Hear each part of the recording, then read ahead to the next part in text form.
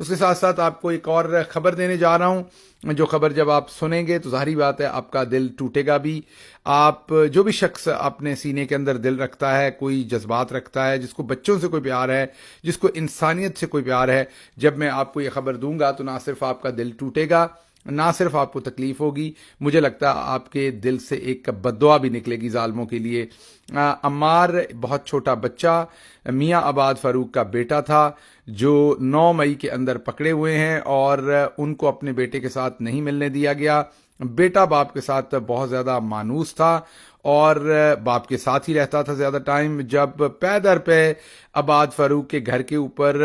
Red किए गए police की तरफ से, पैदर पे उसके घर वालों को जदोकोब किया गया, घर का सामान तोड़ा गया, घर वालों को और बच्चों को हरासा किया गया, बच्चे के ऊपर शदीद जहनी दबाव आया, शदीद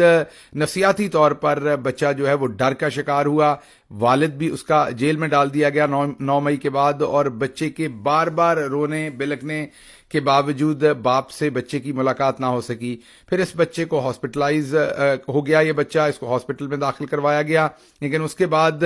मौजूदा गालिबन पंजाब हुकूमत या गालिबन मौजूदा पुलिस जो है उनके दबाव के ऊपर, घर वालों का कहना तो यही है रिपोर्टेडली कि जो मौजूदा रजीम है उन्होंने इस बच्चे को, जो अभी तक सेहतयाब नहीं था, हमने पहले भी एक वीलॉग में इसके ऊपर बात की थी और सोशल मीडिया के ऊपर आपने बार बार इस स्टोरी को देखा था कि इस बच्चे को मौजूदा रजीम ने, हालांकि वो सेहतमंद नहीं था, फिर भी हॉस्पिटल से जबरदस्ती डिस्चार्ज करवा दिया गया था। बच्चे की क्योंकि सेहत ठीक नहीं थी, उसे जब हॉस्पिटल से डिस्चार्ज करवाया गया तो बच्चे के जो ताया थे उनकी एक वीडियो फुटेज सामने आई जिसमें बच्चा भी नजर आ रहा था घर पे, और उनके ताया जो थे वो बिलक रहे थे, बच्चे का ताया जो है, और कह रहा था कि किस तरीके से उनके बच्चे का इलाज नहीं हो पा रहा, कोई प्राइवेट हॉस्पिटल डर की वजह से बच्चे को दाखिल नहीं कर रहा, सरकारी हॉस्पिटल तो वैसे ही नहीं लेगा, और बच्चा अभी सेहतयाब नहीं था, उसको जबरदस्ती हॉस्पिटल से निकाल दिया गया। और अब वो घर के अंदर आप देख सकते थे कि उस बच्चे को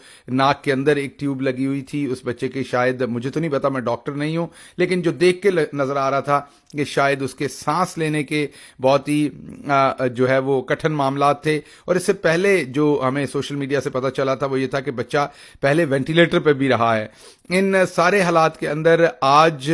उस बच्चे की शहादत हो गई है। आज जब मैं आपसे ये बात शेयर कर रहा हूं तो वो बच्चा इस दुनिया में नहीं रहा। सोशल मीडिया के ऊपर हम तमाम बड़े सहाफ़ी जो हैं वो इस खबर के ऊपर सरापा एहतजाज हैं, अम्मार के लिए जस्टिस मांग रहे हैं। तारिक मतीन हों या दूसरे तमाम, खरल साहब हों या दूसरे तमाम जितने भी जर्नलिस्ट जो इस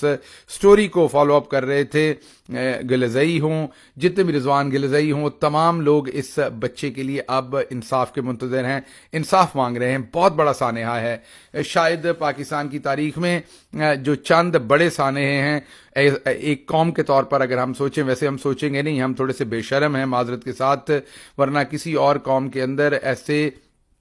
बच्चे की शहादत हुई होती तो लोग पुरअमन ही रहते, लेकिन पुरअमन रहते हुए कोई ना कोई एहतजाज जरूर बर्पा करते। लेकिन हम ठंड प्रोग्राम रखते हैं, जब तक हमारे अपने घर को आग नहीं लगती हमें किसी की दूसरे की आग से कोई लेना देना नहीं होता। ज्यादा से ज्यादा हम घर में बैठ के कहते हैं हाँ बड़ा जुल्म हुआ, इसके आगे कोई बात नहीं। जरा एक मिनट के लिए उस बाप की इस टाइम खबर लीजिए जो जेल है और जिसको पता चलेगा कि उसका बच्चा सिर्फ इसलिए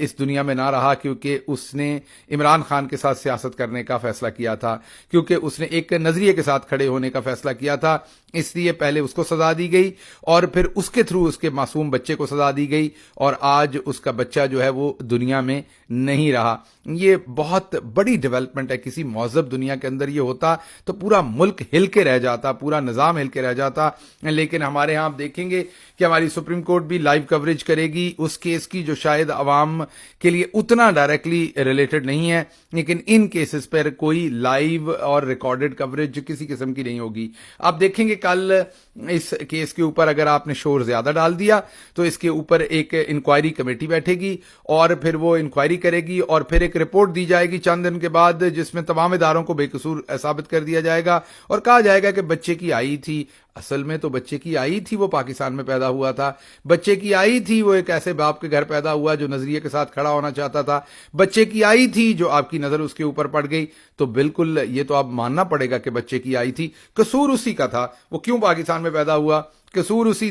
کا تھا، وہ کیوں باپ کے ساتھ مانوس تھا، قصور اسی کا تھا جب بار بار پولیس اس کے گھر پر چھاپے مار کے توڑ پھوڑ کر رہی تھی، زد و کوب کر رہی تھی، اس کی ماں کو، باپ کو، تایا کو، دادی کو، گھر کا سامان توڑ رہی تھی، تو بچے نے اتنا پریشر کیوں لیا، بچہ کیوں ڈرا، قصور اسی کا ہے، وہ کیوں مر گیا وہ بچہ، قصور اسی کا ہے۔ ہماری قوم میں رواج یہی ہے، جو مظلوم ہوتا ہے ہم قصور اسی کا نکالتے ہیں۔ میرے لیے بہت ہی تکلیف کی بات ہے یہ خبر آپ کے ساتھ شیئر کرنا، اس پر تبصرہ کرنا بھی بہت ہی تکلیف کی بات ہے، لیکن جو کچھ ہمارے سسٹم نے پچھلے چند مہینوں کے اندر اپنے ہی لوگوں کے ساتھ کر چھوڑا ہے، اس کی مثالیں کہیں نہیں ملتی۔ ننا عمار جو ہے اس کا قصور کوئی نہیں تھا، قصور اس کے باپ کا بھی کوئی نہیں تھا، لیکن عمار کا تو بیچارے کا صرف اتنا قصور تھا کہ اس کا باپ اس ملک کے اندر سیاست کرنا چاہتا تھا، مڈل کلاس کا ایک لڑکا تھا جو اپنے ملک کے اندر سیاست کرنا چاہتا تھا۔ ہو سکتا ہے آپ کو اس کی سیاست سے اختلاف ہو سکتا ہے کہ